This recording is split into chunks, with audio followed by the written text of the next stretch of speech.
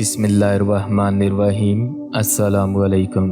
एक मालदार औरत कपड़े की दुकान पर जाकर दुकानदार से कहती है, भैया कोई सस्ते कपड़े दिखाना, मेरे बेटे की शादी है और मुझे अपने नौकरानी को देने हैं। कुछ ही देर बाद नौकरानी कपड़े की दुकान पर जाती है और दुकानदार से कहती है, भैया थोड़े कीमती कपड़े दिखाना, मुझे अपनी मालकन को उनके बेटे की शादी पर तोहफे में देने हैं।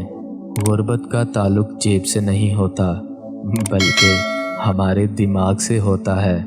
कुछ लोग अमीर होकर भी गरीब ही रहते हैं और कुछ गरीब होकर भी अमीर होते हैं।